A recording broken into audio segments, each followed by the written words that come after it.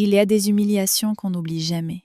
Pas parce qu'elles font mal sur le moment, mais parce qu'elles se gravent dans la peau. Celle-là, je l'ai encore sur le poignet, comme une cicatrice invisible. C'était le soir de l'anniversaire de mon fils, 9 ans. 18 personnes autour de la table, des bougies, du champagne. Et puis la main de François qui s'abat sur la nappe et qui attrape mon poignet avec une force qui m'a fait sentir les os bouger. Pas une pression, une saisie. Le genre qui dit « je peux » et tu ne peux rien. Sa mère a renversé la tête en arrière et elle a ri. Elle a levé sa coupe et elle a dit très distinctement que c'était bien, que j'avais besoin qu'on me rappelle qui dirigeait cette famille, qu'après tout, je n'étais qu'une petite juriste pathétique qui avait épousé au-dessus de sa condition. La table s'est tue. Personne n'a bougé. Personne n'a dit un mot. J'étais assise là, les marques rouges qui montaient sur mon poignet, les mains qui tremblaient sous la table, et je souriais. Parce que c'est ce qu'on fait, n'est-ce pas, quand on a compris depuis longtemps que personne dans cette pièce ne viendra vous défendre. Ce qu'il ne savait pas, c'est que mon téléphone enregistrait depuis le début du dîner. Ce qu'il ne savait pas non plus, c'est que j'enregistrais depuis 7 mois. Et ce qu'il ne pouvait absolument pas imaginer, c'est que ma mère venait de pousser la porte du restaurant avec un dossier entre les mains. Un seul dossier, celui qui allait tout réduire en cendres. Ce soir-là, les Vauclair n'ont pas juste perdu le contrôle. Ils ont tout perdu. Si vous voulez savoir comment on arrive là, abonnez-vous. Je vais tout raconter dans l'ordre et pas dans leur version à eux. Pour comprendre comment une juriste de Saint-Pierre s'est retrouvée mariée dans l'une des plus vieilles familles hôtelières de Bordeaux, il faut commencer par la maison où j'ai grandi. Rue du Palais Gallien, à 2 pas du port. Une petite maison bleue aux volets étroits, avec un porche qui craquait dès que le vent venait du côté du fleuve. Mon père, François, était prêtre à la paroisse Saint-Michel. Ma mère, Marguerite, était associée principale chez Lefebvre, Bonneau et Rivière, un cabinet bordelais discret qui gagnait des affaires de violence conjugale et de divorce à hauts enjeux depuis la fin des années 1990. Mon père prêchait le pardon le dimanche, ma mère déposait des requêtes de divorce le lundi. Ils croyaient tous les deux à la même chose, qu'une femme ne devrait jamais avoir à choisir entre sa sécurité et sa dignité. Et ils m'ont élevée dans cette conviction, comme on élève un enfant dans une langue. Ma mère m'avait appris 3 choses avant mes 12 ans. Comment prendre des notes pendant une dispute, comment doser une pause et comment sentir sans regarder quand la main d'un homme allait bouger. À l'époque, je croyais qu'elle m'apprenait à raisonner comme une avocate. Je ne savais pas qu'elle me transmettait quelque chose de bien plus ancien. Quelque chose que sa propre mère lui avait enseigné sans jamais le nommer. Quelque chose qui, des années plus tard, sauverait mon fils. Cette mère à elle, ma grand-mère, s'appelait Suzanne Lefebvre. Elle a vécu jusqu'à 81 ans. Chaque samedi matin, aussi loin que je m'en souvienne, elle portait le même gilet gris. Elle ne parlait pas d'argent, elle ne parlait pas de son mariage, et elle ne parlait jamais du petit terrain de Saint-Pierre qu'elle avait acheté discrètement à l'automne 1978, 6 mois après la mort de son mari. Elle m'en a dit une seule chose quand j'avais environ 8 ans. On passait devant, un dimanche après la messe, elle a serré ma main et elle a dit « Certaines femmes achètent des diamants, d'autres achètent de la terre. La terre survit aux hommes qui essaient de vous la prendre. » Je n'ai pas compris la phrase, je l'ai retenue quand même. Je suis entrée à l'université de Bordeaux en droit, j'ai abandonné au milieu de ma 2e année quand mon père a eu un incident cardiaque, sérieux mais surmontable, qui a tout reconfiguré dans la façon dont ma famille pensait au temps. Je suis rentrée à la maison, j'ai passé une certification de juriste, je ne suis jamais retournée à la fac de droit et je ne l'ai jamais regretté jusqu'au jour où la famille Vauclair a commencé à prononcer le mot juriste comme une insulte. À ce moment-là, je travaillais dans un cabinet bordelais depuis presque 10 ans. Je savais tenir des dossiers, je savais cadencer une déposition. Et surtout, je savais écouter ce que les gens ne réalisaient pas qu'ils étaient en train de dire. C'est Nathalie Rousseau qui m'a appris à enregistrer, pas ma mère. Nathalie était juriste senior dans le cabinet de maman. Elle avait grandi à Mériadec, fait ses études à l'université de Poitiers, et elle travaillait chez Lefebvre, Bonneau et Rivière depuis l'été où j'avais commencé le lycée. Elle me connaissait depuis mes 13 ans. Pendant les vacances, elle m'asseyait à son bureau et m'expliquait des choses que personne n'explique à une fille élevée dans la bulle de Saint-Pierre. À 17 ans, elle m'a dit que le droit français n'interdisait pas à quelqu'un d'enregistrer une conversation à laquelle il participait lui-même. Elle m'a dit ce que ça signifiait. Elle m'a dit de ne pas l'oublier.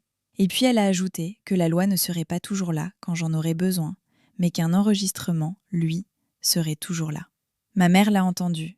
Elle a levé les yeux par-dessus ses lunettes et n'a rien corrigé. Je ne le savais pas à l'époque, mais elle me préparait toutes les deux à devenir exactement le genre de femme qu'une famille comme les Vauclair ne pourrait pas survivre. J'ai rencontré Thibaut Vauclair à un mariage, au printemps 2014. J'étais témoin de la mariée. Il était assis à côté de moi pendant le repas. Il avait ce charme qui coûte de l'argent, le genre qui prend des générations à s'installer dans quelqu'un. Lycée Montaigne, Sciences Po Bordeaux, puis un master à l'université Paris-Dauphine. Il riait à mes blagues exactement comme il fallait. Il posait des questions sur mon travail avec l'air d'un homme sincèrement curieux. Après notre première vraie conversation, mon père est revenu et m'a dit très doucement qu'il était poli et qu'il avait remarqué qu'il ne posait pas de questions. Il m'a fallu 8 ans pour comprendre ce que mon père avait vraiment voulu dire. Quand j'ai enfin compris, j'avais un fils, un mariage et un poignet qui me faisait mal par temps froid. On s'est fiancés sur une terrasse à Arcachon à l'automne 2015. La bague n'était pas celle de Suzanne. J'avais supposé que ce serait la sienne, parce qu'elle me l'avait léguée dans son testament. Isabelle Vauclair avait choisi autre chose. Quelque chose de plus lourd, de plus brillant, de plus conforme à ce que la famille attendait. J'aurais dû remarquer. Je remarquais tout le reste. Je ne savais pas encore comment lire ce que je voyais. On s'est mariés en juin 2016. J'avais 27 ans, Thibaut en avait 30. Ma mère est venue au mariage dans un gilet gris doux que je reconnais aujourd'hui comme un écho de celui de ma grand-mère. À mi-chemin de la réception, elle m'a prise à part et m'a serré longtemps contre elle, sans rien dire. Juste tenue. Comme on tient quelqu'un qu'on est en train de peser. Je n'ai pas compris cette étreinte sur le moment. Maintenant, si. Avant la cérémonie, il y avait eu le contrat de mariage. Les avocats des Vauclair, chez Fontaine, Charpentier et Delorme, avaient présenté un document élégant en surface, dévastateur à la lecture attentive. Ma mère a passé 2 semaines à le corriger.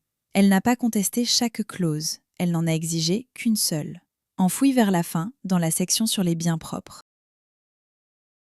Elle stipulait que tout héritage ou revenu que j'apporterais au mariage devait être tracé séparément, que tout transfert vers un compte commun nécessitait mon consentement écrit et notarié, et que tout mélange sans ce consentement serait révocable par voie civile. Les avocats de Thibaut ont ri. Ils lui ont dit que ça ne servirait jamais à rien, qu'elle faisait simplement la bordelaise. Il a signé. 1 an plus tard, je signais sans lire ce qu'il me tendait.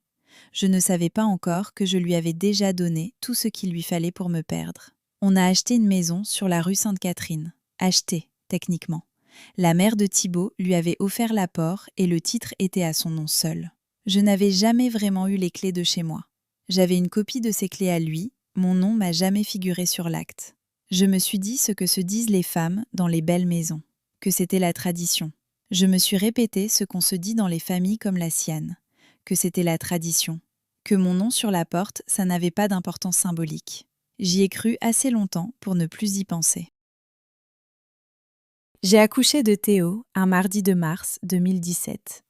Isabelle Vauclair est arrivée à la maternité avant ma propre mère. Elle avait déjà publié une photo du berceau sur ses réseaux. Elle avait écrit quelque chose comme « Accueillons la prochaine génération des Vauclair ».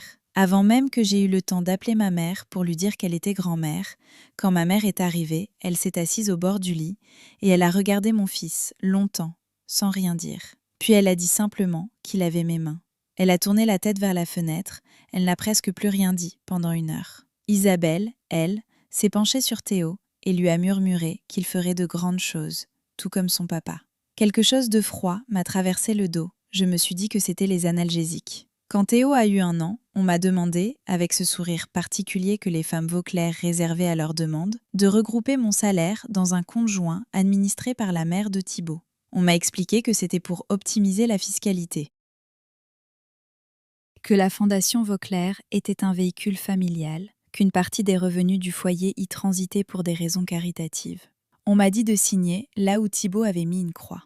Isabelle m'a dit de sa voix la plus douce que je n'avais pas besoin de tout lire. Thibaut lit tout pour nous, ma chérie. J'ai signé là où il indiquait. Pendant 6 ans, chaque mars, il y avait un groupe de discussion privée pour le cercle intime des Vauclair. Je n'en faisais pas partie.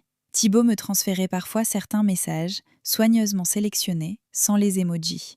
J'ai appris plus tard que ce groupe portait un nom différent quand il s'agissait de moi. J'ai appris ce qu'il m'appelait dedans. J'ai appris que les déjeuners de Pâques, auxquels j'assistais chaque printemps avec le sourire, n'étaient pas vraiment des réunions de famille. Ces déjeuners de Pâques, ces dîners du dimanche, c'était du théâtre. On m'invitait juste assez pour que je ne remarque pas ce qui se passait en dehors de ma présence. Il y avait Aurélie, la belle-sœur. 33 ans, mariée dans une famille qui gérait une chaîne de lieux de réception pour mariage, et elle avait monté un compte sur les réseaux sociaux autour des mariages bordelais, qui était devenu, au fil du temps, quelque chose de sérieux. 180 000 abonnés. Elle taguait Théo dans ses publications. Jamais moi. Quand elle m'incluait dans un cadre, c'était pour me recadrer au bord de la photo, ou pour légender l'image avec les mots « La femme Vauclair », sans prénom. Une fois, lors d'un brunch de Pâques en 2024, elle m'a souri de cette façon particulière où seule la bouche bouge et elle m'a dit que je devrais la laisser me photographier plus souvent, que j'avais une chance incroyable, que la plupart des femmes auraient tout donné pour être à ma place. J'ai souri. Je n'ai rien dit. Ce soir-là, j'ai créé un dossier privé sur mon téléphone, intitulé d'une seule lettre, C, et j'ai commencé à y enregistrer chaque capture d'écran de ces publications où j'apparaissais. Au printemps 2026, ce dossier contenait 189 images. Le père de Thibaut, Bernard, avait 70 ans et avait survécu à un léger AVC 2 ans plus tôt. Il marchait avec une canne, il parlait plus lentement. Il s'asseyait en bout de table à chaque dîner du dimanche et regardait Isabelle mener la pièce. Parfois, quand elle disait quelque chose de particulièrement cruel avec sa voix douce, son regard se déplaçait d'une façon que je n'arrivais pas à nommer. Pendant des années, j'ai cru qu'il était fatigué. Maintenant, je pense qu'il était témoin. Qu'il l'avait été pendant 40 ans et qu'il avait simplement appris à garder le visage immobile. La première fois que Thibaut a levé la main sur moi, c'était un dimanche soir de juillet 2025, après un dîner chez ses parents. Il ne m'a pas frappé. Il a saisi mon bras avec les 2 mains et m'a secoué une fois, fort, dans le couloir à côté de la cuisine, sans élever la voix. Il m'a juste dit, d'un ton parfaitement plat, de ne plus jamais embarrasser sa mère. Puis, il est parti. Le lendemain matin, un bouquet de tulipes jaunes était posé sur le seuil. Un message de lui, quelques minutes après, disait que la soirée avait été tendue et qu'on en parlerait plus tard. On n'en a jamais reparlé. Les tulipes, je les ai laissées sur le palier. Elles ont séché là pendant 3 jours. Puis ma femme de ménage les a jetées sans un mot. Ce soir-là, après que Thibaut s'est endormi, j'ai téléchargé une application qui s'appelle Noted. Je me suis enfermée dans le dressing de la chambre d'amis et j'ai appelé ma mère. Je lui ai tout dit. La secousse dans le couloir, les tulipes, le message du lendemain qui ne s'excusait de rien. Elle a gardé le silence un long moment, si long que j'ai cru qu'elle avait raccroché. Puis elle a dit, doucement mais sans hésiter, de commencer par les dîners du dimanche. Téléphone posé face contre table. Ne rien dire à Thibaut. Ne rien dire à personne. Commencer à collecter. Elle n'a pas dit « je t'aime », elle n'a pas dit « je suis désolée », elle a dit « commencer à collecter ». Parce qu'elle savait, ma mère, que dire à une femme qu'on l'aime, ce n'est pas la même chose que lui dire qu'elle sera en sécurité. À partir du mois d'août, j'ai enregistré chaque dîner du dimanche chez les Vauclair. Toujours au même bout de la grande table. Téléphone retourné près de mon verre d'eau, l'application en marche. En rentrant, je nommais chaque fichier avec la date, le lieu, les personnes présentes et une ligne de résumé. Je sauvegardais tout en 3 endroits, sur mon téléphone, sur un petit disque externe caché dans une vieille boîte à chaussures dans le placard de Théo, et sur une clé USB glissée à l'intérieur d'un livre évidé en haut de l'étagère de mon bureau. Le soir du 9e anniversaire de mon fils, j'avais 38 enregistrements. J'avais aussi commencé un 2e dossier.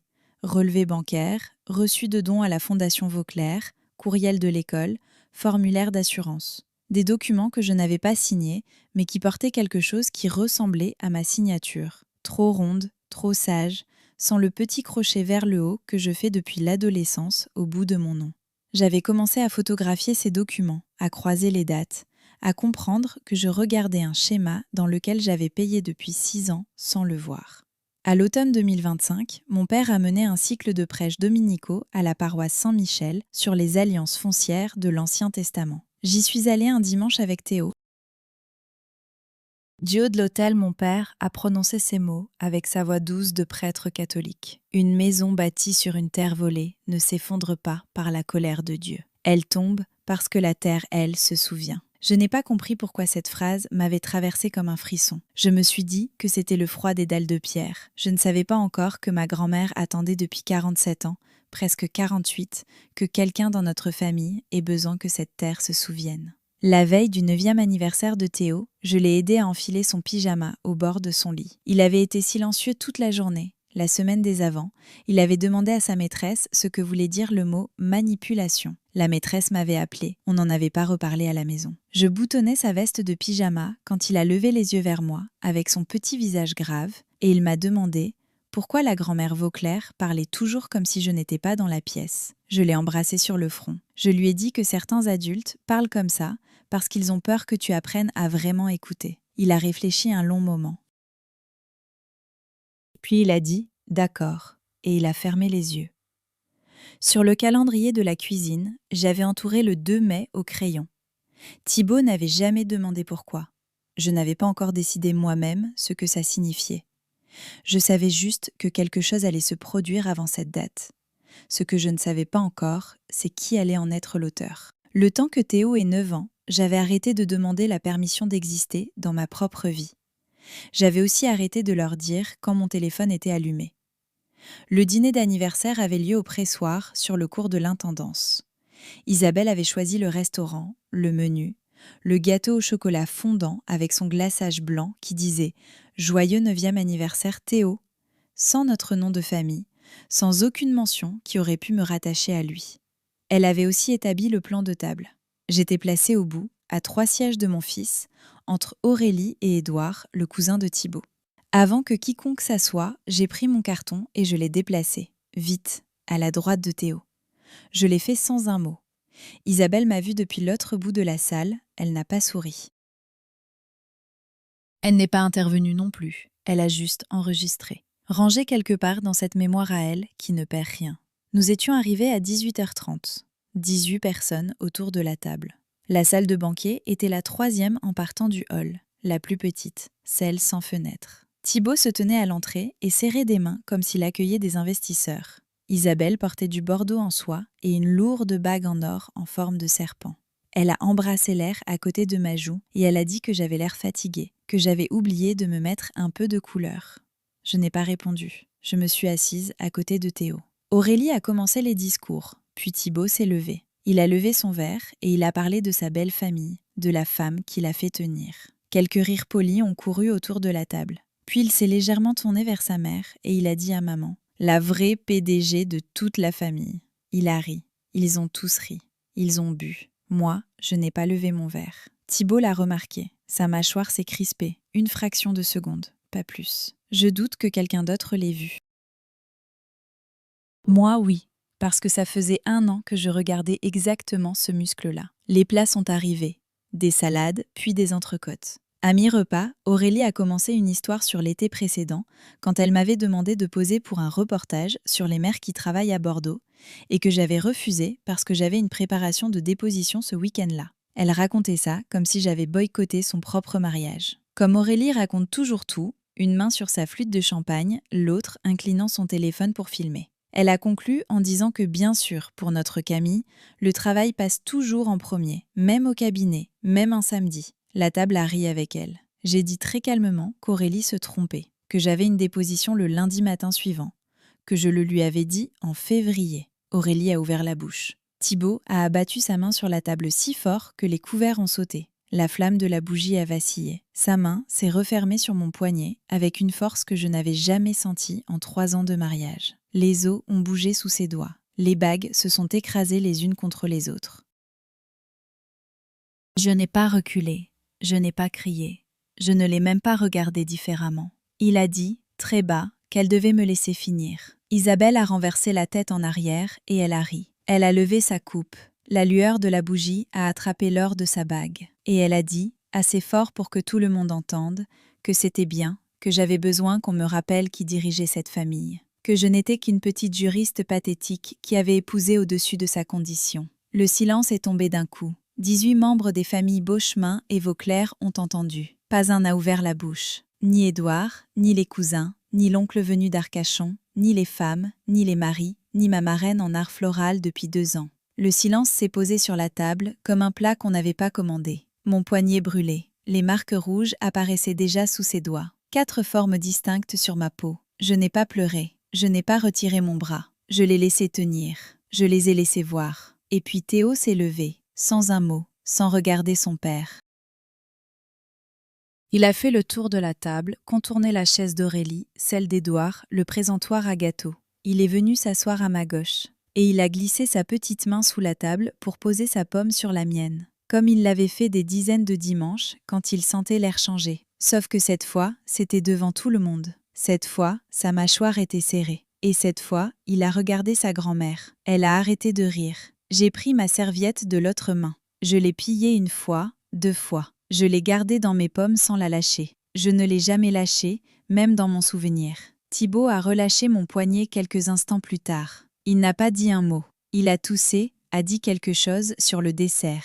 Le serveur est venu débarrasser les assiettes. Édouard a fait une blague sur le match de foot. La flamme de la bougie s'est stabilisée. La table a respiré. Je me suis penchée vers Théo et j'ai murmuré « Tu as faim du gâteau, mon cœur ». Il a hoché la tête. Il n'a pas lâché ma main. C'est à ce moment-là que le maître d'hôtel est apparu dans l'encadrement de la porte. Un jeune homme, très grand, très poli. Il s'appelait Clément. Il a toussé discrètement. Il a dit « Madame Vauclair, votre invitée vient d'arriver. Une Madame Lefebvre ». Le visage d'Isabelle s'est figé. Elle n'avait pas invité ma mère. Ma mère est entrée. Elle portait le gilet gris doux qu'elle avait mis le jour de mon mariage. Dans une main, une petite boîte blanche de la boulangerie du marché des grands hommes. Dans l'autre, un sac en toile, comme ceux qu'on distribue à la kermesse de la paroisse Saint-Michel. Le sac était lourd. Il gonflait aux coutures.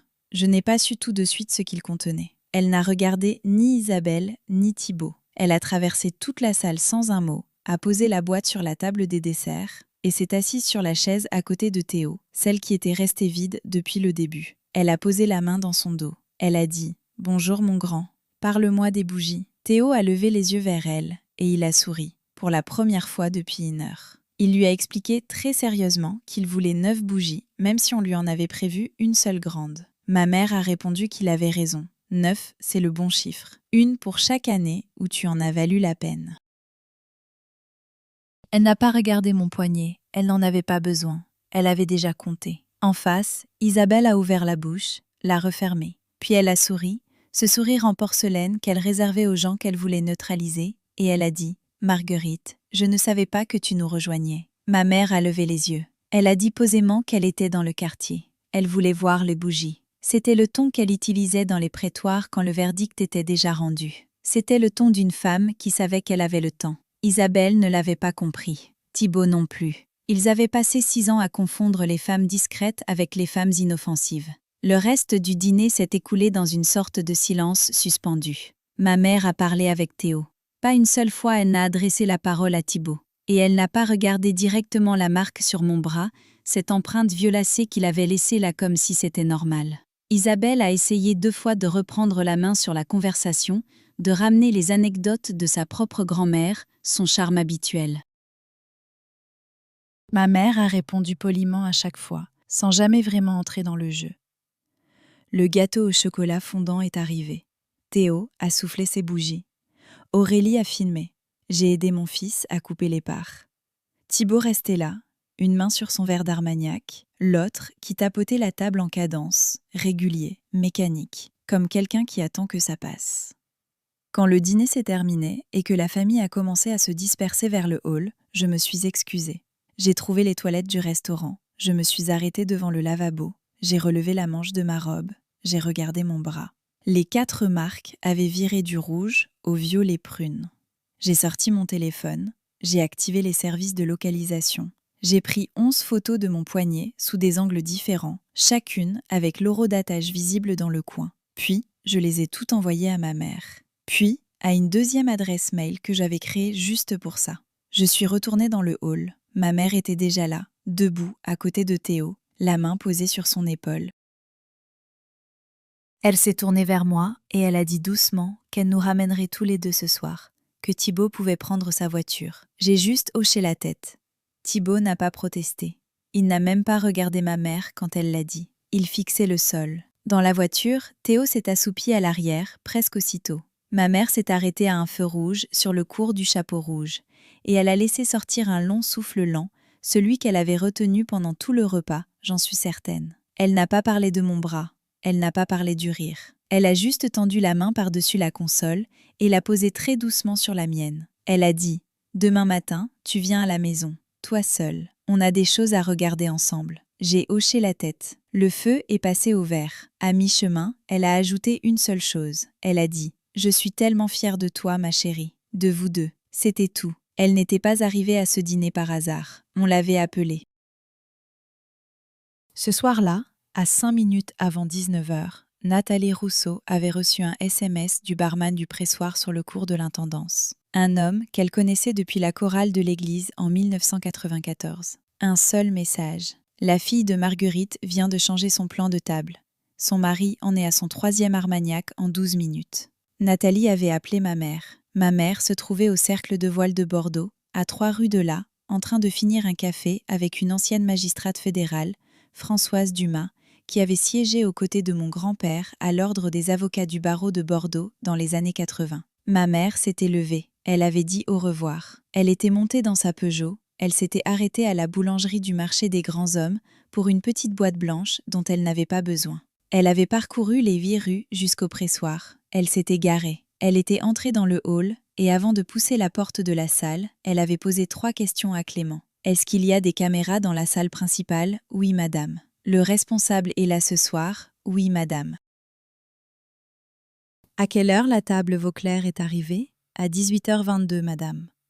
Elle était entrée à 18h53, 4 minutes après que mon mari avait lâché mon poignet. Elle était entrée dans une pièce qui avait déjà changé sans elle, d'une façon qu'elle avait mis 11 mois à préparer et qu'elle n'aurait pas pu arrêter même si elle était arrivée 10 minutes plus tôt. Elle n'avait pas besoin d'arrêter quoi que ce soit. Elle avait besoin d'être là quand ça se terminerait. Le lendemain matin, c'était un dimanche. J'ai pris la voiture jusqu'à la maison de mes parents, rue du Palais Gallien, avec la boîte à chaussures du placard de Théo posée sur le siège passager. Je l'avais enveloppée dans un sac en papier Kraft. Théo était avec mon père, qui lui lisait Le Petit Prince, le passage où le renard explique ce que signifie apprivoiser. Je suis entrée dans la salle à manger. Ma mère était déjà là, assise à la table, les mains posées à plat de chaque côté d'un dossier en papier Kraft. Épais, au moins 5 cm, avec des intercalaires colorés sur le côté, jaune, bleu, rouge. Elle a dit « Montre-moi ce que tu as ». J'ai ouvert la boîte à chaussures. J'ai disposé mes documents dans l'ordre chronologique. Les enregistrements sur Notid, 38 au total, classés par date et par sujet. Les relevés bancaires sur 6 ans, surlignés en plusieurs couleurs pour tracer les virements non autorisés vers la fondation. 385 000 € au total. Prélevés sur des comptes qui auraient dû rester séparés en vertu de notre contrat de mariage. Ensuite, il y avait le message vocal, celui du soir, après le week-end de la Toussaint, en 2025. 41 secondes. Isabelle qui parlait à Thibaut en croyant la ligne coupée. Sa voix était détendue, presque amusée. Elle disait « Franchement, Thibaut, c'est le genre de femme qu'on gère. On savait ce qu'on prenait quand elle a signé le contrat de mariage. Et ne t'inquiète pas pour les papiers de la fondation. J'ai dit à Monique de continuer à tamponner. Elle ne fait pas attention. » Puis, la lettre de l'école, datée du 9 janvier, qui me remerciait d'avoir transféré la tutelle d'urgence principale à Isabelle Vauclair, transfert que je n'avais jamais signé. Le formulaire joint portait une signature qui ressemblait à la mienne, ronde, propre.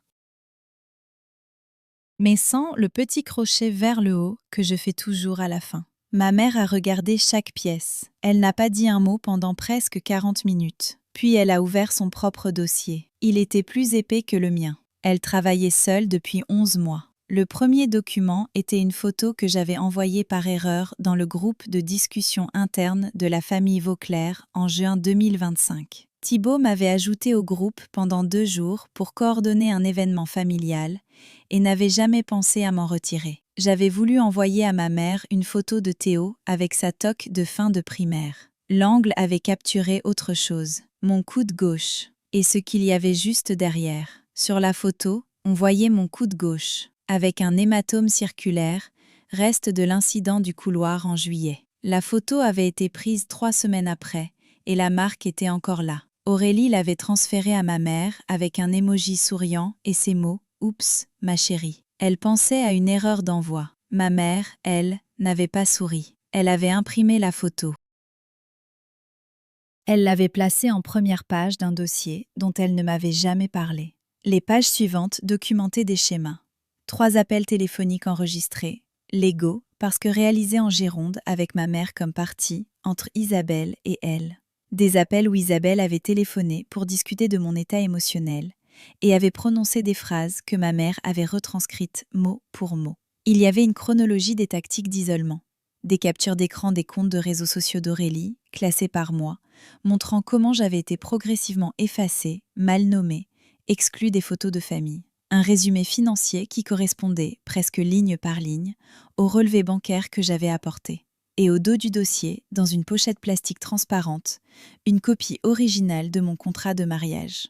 Elle le conservait au cabinet. La famille de Thibault avait toujours cru que leur exemplaire était le seul qui comptait. Ma mère avait insisté, 10 ans plus tôt, pour en déposer un second chez son propre notaire. Elle a posé le contrat à côté de mes relevés. Elle a dit « Ils ont signé leur désavantage il y a 10 ans.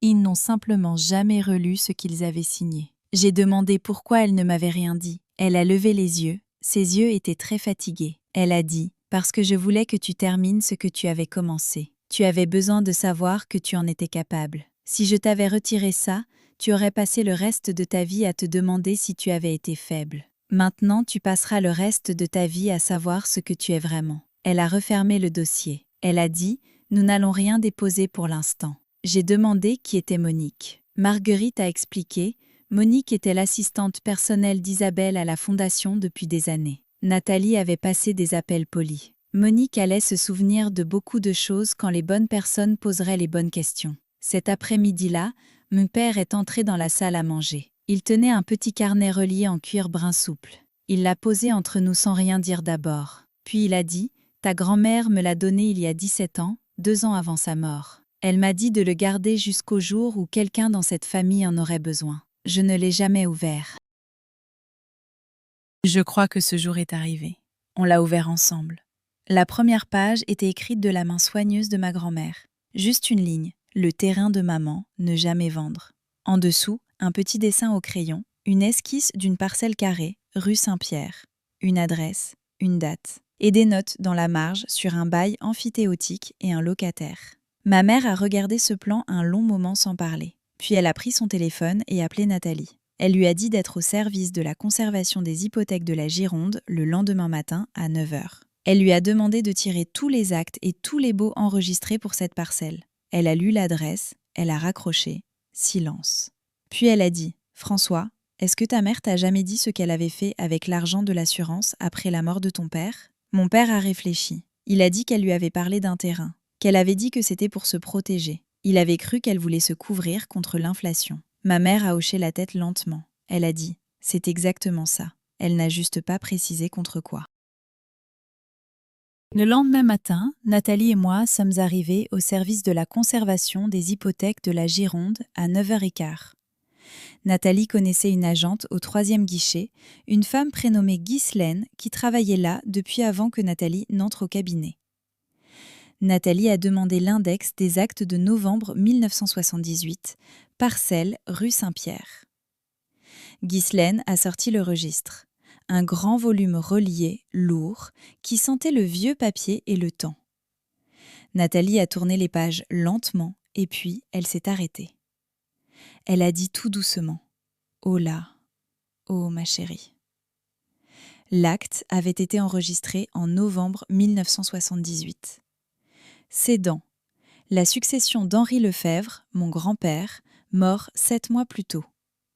Bénéficiaire, la fiducie familiale Suzanne Lefebvre. 10 lignes plus bas, une référence indexée à un bail amphithéotique de 40 ans, enregistré la même semaine entre la fiducie familiale Suzanne Lefebvre en qualité de bailleur et le groupe hôtelier Vauclair en qualité de preneur. Durée expirée, novembre 2018. Nathalie a levé les yeux vers moi. Elle a dit « Camille, ça fait presque 8 ans qu'ils exploitent leur hôtel phare sur un bail amphithéotique expiré. Personne de leur côté n'a vérifié. Personne d'une autre n'a posé la question. C'est le rêve de tout juriste. L'hôtel des Quinconces, sur le cours du Chapeau Rouge, était posé sur une parcelle appartenant depuis novembre 1978 à la fiducie que ma grand-mère avait créée. Le bail avait expiré l'année de sa mort, 9 ans plus tôt. Les Vauclair n'avaient jamais songé à le renouveler parce qu'ils ignoraient qu'il avait existé. Ils croyaient posséder ce terrain depuis toujours. Pendant 40 ans, techniquement, ils avaient raison. Pendant les 8 suivantes, non. Je me suis assise par terre, là, dans les bureaux du service de la conservation des hypothèques. J'ai posé la paume à plat sur le carrelage froid. Nathalie s'est accroupie à côté de moi. Elle a dit très calmement « Respire. Tu vas avoir besoin d'avoir les idées claires pour la suite. » Ce soir-là, mon père m'a raconté pourquoi ma grand-mère avait acheté cette parcelle. C'était une histoire qu'il avait reconstituée bribe par bribe, à partir de choses qu'elle avait dit au fil des années, jamais d'un seul coup. En 1978, juste après la mort de mon grand-père, le promoteur qui allait devenir le patriarche de l'Empire hôtelier Vauclair, le propre père de Bernard, avait fait pression sur ma grand-mère pour qu'elle vende la petite propriété locative de mon grand-père à Bordeaux pour une fraction de sa valeur. Elle n'avait pas eu le choix. Ce bien ne lui appartenait pas. Alors elle avait traversé une rue, l'argent de l'assurance vie de son mari dans les mains, avant même que la famille sache qu'elle prenait des décisions. Et elle avait discrètement acheté la parcelle juste à côté. Elle avait ensuite signé un bail amphithéotique de 40 ans avec le groupe Vauclair pour qu'ils construisent dessus et la paix. Et, ça m'a fait presque sourire en l'apprenant, elle avait glissé dans le contrat une clause de non-renouvellement automatique. En l'absence de renouvellement écrit explicite des deux parties, le bail expirait. Les avocats des Vauclair en 1978 n'avaient pas pris la peine de le signaler.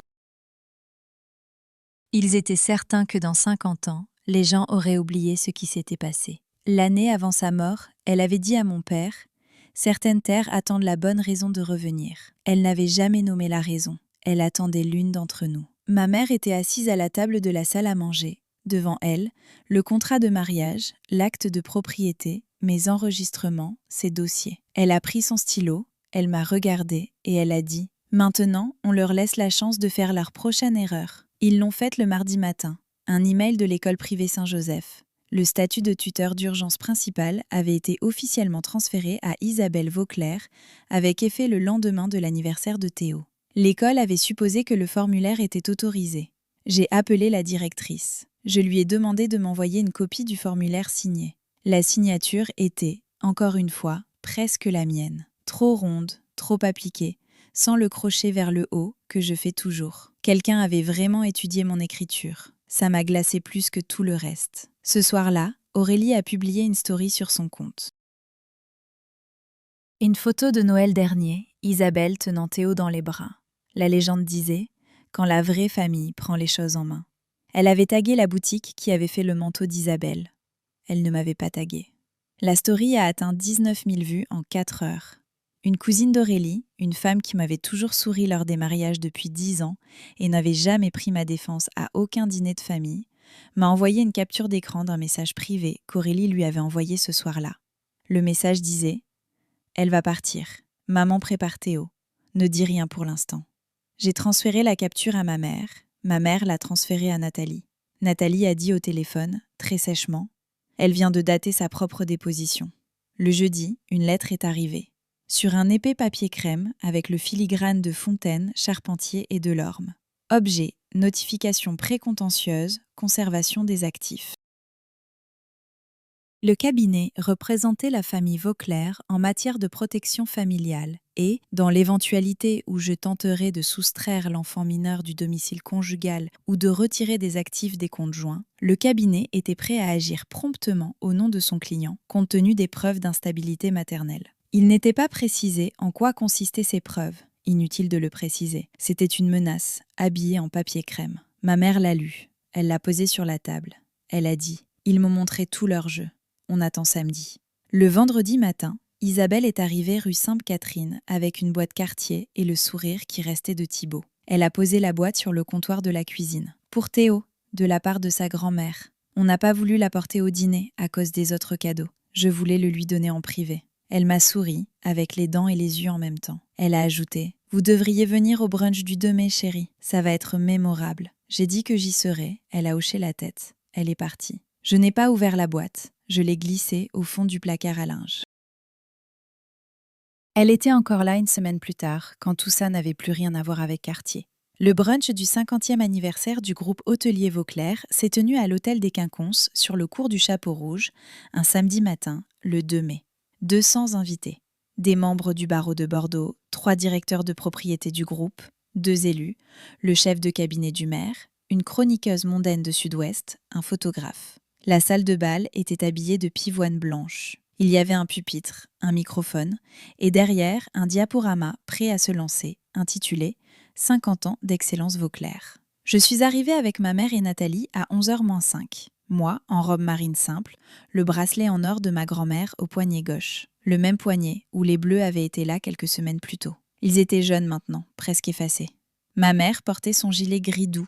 Nathalie était en noir, un portfolio en cuir sous le bras.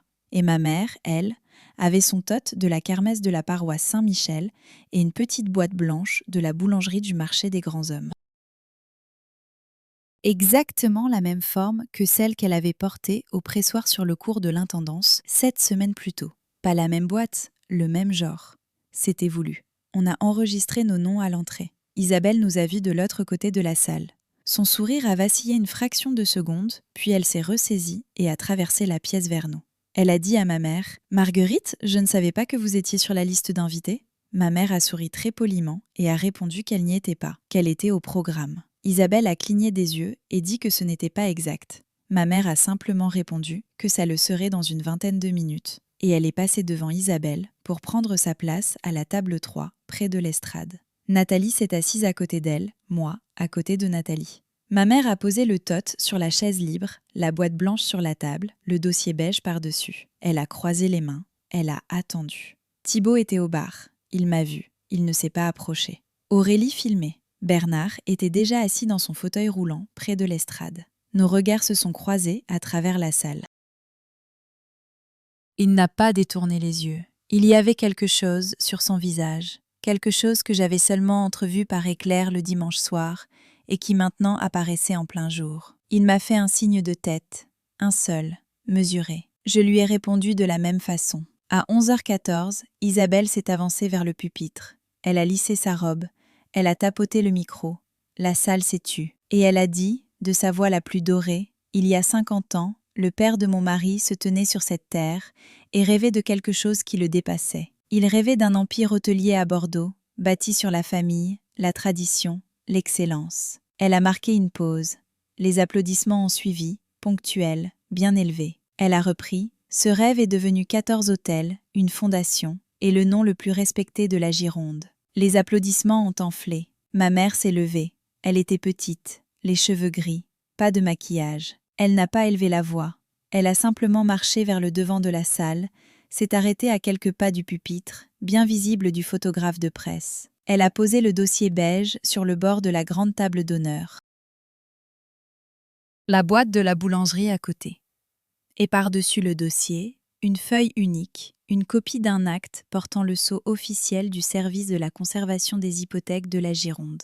Puis elle a dit, avec le calme d'une femme qui attendait depuis 48 ans, « Isabelle, puis-je ajouter quelque chose ?» Isabelle s'est figée au pupitre. Elle a répondu, « Marguerite, c'est un événement privé. » Ma mère a dit, « Plus maintenant. Vous avez invité la presse. » Elle s'est légèrement tournée vers la salle pour que tout le monde entende. Sans hausser le ton, elle n'en avait pas besoin. Elle a dit « Nous célébrons aujourd'hui 50 ans du groupe hôtelier Vauclair. Je crois que vos invités méritent de savoir à quoi ont vraiment ressemblé ces 50 années. Le terrain sur lequel repose l'hôtel où nous nous trouvons en ce moment a été acquis en novembre 1978 par ma mère, Suzanne Lefebvre. Elle a dit que sa mère avait signé un bail amphithéotique de 40 ans avec le groupe hôtelier Vauclair ce même mois de novembre. Et que ce bail avait expiré en novembre 2018 sans avoir été renouvelé par écrit par aucune des deux parties. Pendant près de 8 ans, cet hôtel avait continué à encaisser des revenus sur une parcelle qu'il n'avait plus aucun droit d'exploiter. La fiducie familiale, qui détient l'acte de propriété, est administrée par mon père, François Lefebvre. La salle n'a pas retenu son souffle.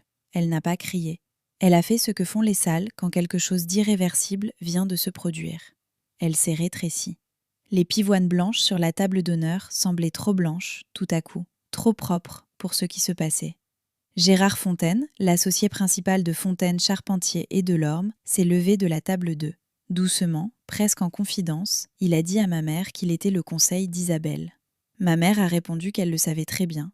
Elle lui a rappelé qu'ils s'étaient retrouvés face à face 4 fois depuis 1998. Puis elle s'est rapprochée de lui, voix basse, hors de portée du photographe. Elle lui a dit qu'une clé USB se trouvait dans la boîte de la boulangerie du marché des grands hommes, posée devant eux, qu'il pouvait l'emporter en quittant la salle. Que cette clé contenait un enregistrement du 12 janvier de cette année, dans lequel sa cliente affirme de sa propre voix avoir chargé une employée prénommée Monique d'apposer des signatures sur des documents de la fondation qui auraient exigé le consentement écrit de ma fille. 37 autres enregistrements accompagnaient celui-là. Une expertise graphologique conduite le mois précédent par un examinateur indépendant et un formulaire scolaire falsifié constituant un délit pénal de faux et usage de faux au regard du droit en Gironde. Rien de tout cela ne serait diffusé dans cette salle. Tout serait transmis par les voies appropriées aux parties concernées dès lundi matin. Elle lui accordait 48 heures pour conseiller honnêtement sa cliente. Elle a marqué une pause. Elle a poussé la boîte vers lui. Elle a dit « Gérard, éloignez-la du microphone ». Gérard Fontaine a regardé la boîte. Il a regardé le dossier. Il a regardé l'acte. Il a regardé Isabelle. Et son visage a changé. Il avait passé la semaine précédente à signer une lettre précontentieuse menaçant la belle-fille de sa cliente d'une procédure pour la garde des enfants. Il a compris en 3 secondes que cette lettre était désormais une pièce versée au dossier d'un autre litige. Il s'est levé, a rejoint le pupitre. Il a murmuré à Isabelle. Elle a tourné la tête brusquement. Elle lui a murmuré quelque chose en retour. Il a insisté. Elle l'a fixé une longue seconde. Puis elle a regardé ma mère. Puis elle m'a regardé moi. Et elle a posé le microphone sur le pupitre avec un petit claquement creux que je n'oublierai jamais de ma vie. Je me suis levée. Je ne suis pas allée jusqu'au devant de la salle. Je me suis avancée seulement jusqu'au bord de ma table, à côté de ma mère. Je n'ai pas pris le microphone. Je n'en avais pas besoin. La salle m'écoutait déjà. J'ai dit, en regardant Isabelle directement, « Il y a 7 semaines, tu m'as dit que je devais me souvenir qui dirige cette famille. Je m'en souviens très bien. Elle s'appelait Suzanne Lefèvre et la terre sur laquelle tu te tiens lui appartenait. Et elle appartient aujourd'hui à son petit-fils. » Je me suis rassise. La salle n'a pas applaudi. La salle n'a pas respiré. La chroniqueuse mondaine écrivait dans son carnet, la main tremblante. Aurélie avait baissé son téléphone. La diffusion en direct s'était coupée toute seule, sans qu'elle y touche. Édouard regardait ses chaussures. Bernard Beauchemin, dans son fauteuil roulant, a fermé les yeux un long moment. Quand il les a rouverts, il a regardé sa femme avec une expression que je ne lui avais jamais vue et que je crois maintenant s'être formée là depuis 40 ans. Le brunch s'est terminé sans autre annonce. Le diaporama n'a jamais été lancé. Les pivoines avaient commencé à se faner dans leur vase vers 13 heures. Dans les 11 jours qui ont suivi, Sud-Ouest a publié 3 articles. Le premier était une chronique mondaine. Le deuxième venait du service économique du journal et posait une question simple. Pourquoi la propriété phare de l'un des plus anciens groupes hôteliers de Bordeaux semblait-elle fonctionner sur un bail amphithéotique expiré ? Le troisième article portait sur la Fondation Vauclair, dont les déclarations fiscales annuelles des 6 dernières années avaient été transmises à la Direction générale des finances publiques pour examen. Aurélie a perdu 22 000 abonnés en moins de 2 semaines. Elle a arrêté de publier. Les comptes de mariage qui portaient sa marque ont commencé à se désabonner discrètement, l'un après l'autre. Le groupe hôtelier Vauclair a placé Thibault en congé administratif indéfini de son poste de directeur financier dans l'attente d'un audit interne. Isabelle a démissionné du conseil de la Fondation Vauclair un mercredi après-midi par simple lettre envoyée par courriel. Le cabinet de Gérard Fontaine s'est retiré de la représentation personnelle d'Isabelle, invoquant un conflit d'intérêts irréconciliable. Le bail amphithéotique a été formellement résilié par la fiducie familiale Lefèvre le 8 mai. Les négociations pour un nouveau bail au prix du marché, avec mon père comme fiduciaire, ont commencé la semaine suivante. L'hôtel des Quinconces n'a pas fermé. Il a simplement commencé à payer ce qu'il aurait toujours dû payer à une famille qui n'avait jamais prévu de devoir quoi que ce soit.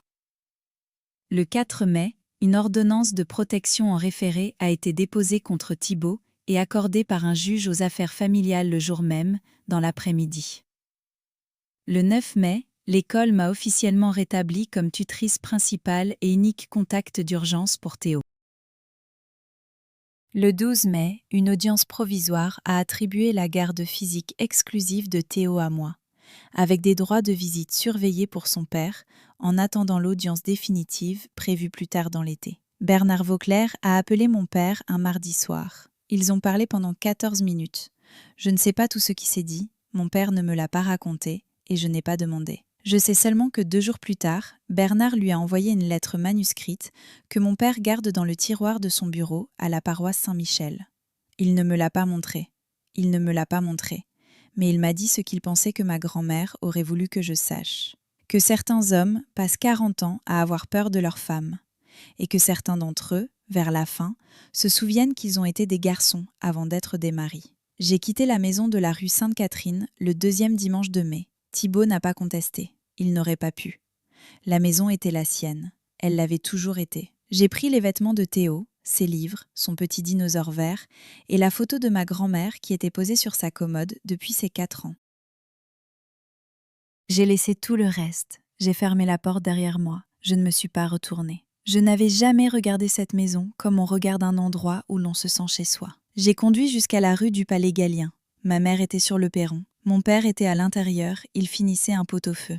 Théo a grimpé les marches en courant et il est entré sans s'arrêter. Ma mère s'est levée, elle est descendue vers moi. Elle a pris le sac de voyage de ma main. Elle n'a rien dit. Elle a juste posé sa main sur mon bras, exactement à l'endroit où Thibault l'avait posé 7 semaines plus tôt. Sa main était chaude, ça ne faisait pas mal. Elle a dit « Bienvenue à la maison, ma chérie ». On est resté sur le perron jusqu'à ce que la lumière commence à baisser. Théo et mon père étaient à l'intérieur. J'entendais la voix de mon père à travers la moustiquaire, lente et posée, la même voix qu'il avait quand j'avais l'âge de Théo et que j'avais peur des orages qui remontaient de l'estuaire. Il lisait Le Petit Prince. Ma mère a versé du thé. Elle m'a tendu un petit carnet, relié dans un lin bleu marine souple, le même genre que celui qu'elle m'avait donné à 17 ans, le même que celui que Nathalie gardait sur son bureau depuis 20 ans. Elle a dit que c'était pour Théo, pour quand il aurait envie d'écrire des choses, même des petites choses. Elle a marqué une pause. Elle regardait la rue. Elle a ajouté qu'il n'en aurait peut-être pas besoin comme nous en avions eu besoin, elle et moi, mais que c'était bien d'avoir ça, au cas où. J'ai pris le carnet, je l'ai donné à Théo.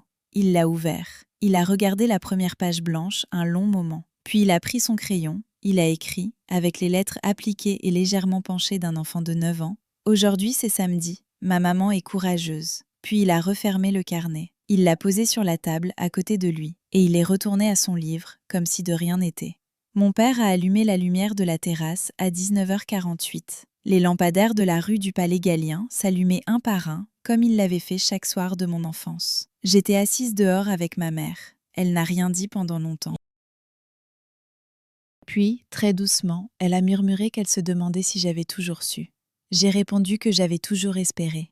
Elle a serré ma main une seule fois. On est resté là jusqu'à ce que le ciel vire au violet. Si tu as déjà dû te taire pour rester en sécurité, si tu as déjà eu l'impression que personne n'entendait, je veux que tu saches quelque chose. Quelqu'un écoute. Parfois, c'est la personne à qui tu t'y attendais le moins. Parfois, c'est celle qui, depuis le début, construisait un dossier que tu ne savais pas qui existait, gardait un acte dans un carnet depuis 17 ans, t'apprenait à 12 ans à prendre des notes pendant une dispute parce qu'elle comprenait déjà dans quel monde tu allais grandir. Ton silence n'est pas une faiblesse. Ton silence est peut-être l'enregistrement qui met fin à tout. Alors si cette histoire t'a rejointe ce soir, garde ça avec toi. Et si une partie de ce que tu as entendu ressemble à une pièce dans laquelle tu restes assise depuis trop longtemps, laisse un seul mot en commentaire. Un seul.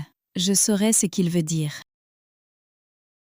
Abonne-toi et reste avec moi, parce que la prochaine histoire parle aussi d'une femme à qui on a dit de rester à sa place, et des parents qui n'ont jamais oublié quelle était vraiment sa place à elle.